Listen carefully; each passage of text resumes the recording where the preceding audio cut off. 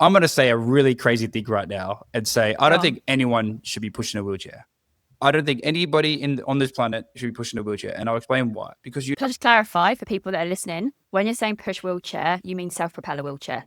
Yeah. You shouldn't be pushing self-propelling a wheelchair. Shoulders aren't designed for pushing wheelchairs. They're just not. They're shallow joints. They've got small, tiny little stabilizing muscles. They're not prime movers. It's a ball and socket joint, same as your hip. Your hip is a ball and socket joint, but your hip is like a deep, the ball is right into the socket and it's got big muscles, big tendons to support it. That's why you can run and jump with your legs. But even though your shoulder's a ball and socket joint, it's not like that. It's built for like range of motion.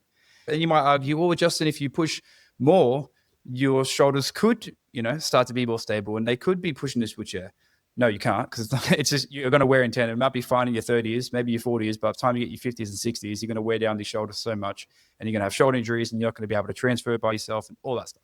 But regardless, even if you could argue that the shoulder can be built up to be strong enough to push a wheelchair effectively, it's not like going to the gym.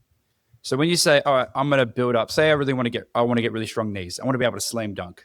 I want to be able to, I want to have really strong knees for when I get older. I've got a baby on the way. I want to be able to play with my kid.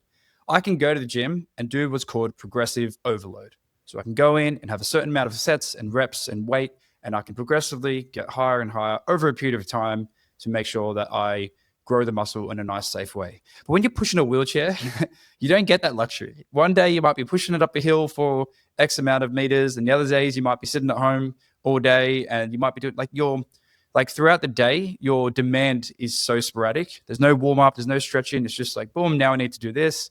And so over the day, it's so sporadic, but over the weeks or over the months, it's like you might be using the wheelchair a lot on these months because you were traveling, and these months you weren't doing it as much. So your body is just like, it doesn't know what to do. So you're just asking for an injury. You've got a shoulder that is not designed to do something, and you're treating it not as you would treat any other muscle that you're trying to develop. And I agree, we should be able to encourage people to do exercise and eat healthy, but also you also want to give people the right to not do any of that stuff. I could go for a run to the shops or I could not. But if you're telling me, hey, Justin, every time you have to go to the shops, you can't walk, you have to run. And I'm like, all right, but what if I don't feel like running? Too bad. Like, this is how we're prescribed. That's the equivalent of what we're doing here. So when you're asking someone, oh, well, when you go to the shops, you can push the wheelchair and go, and that's how you get exercise. It's like, well, what if I don't want to exercise today?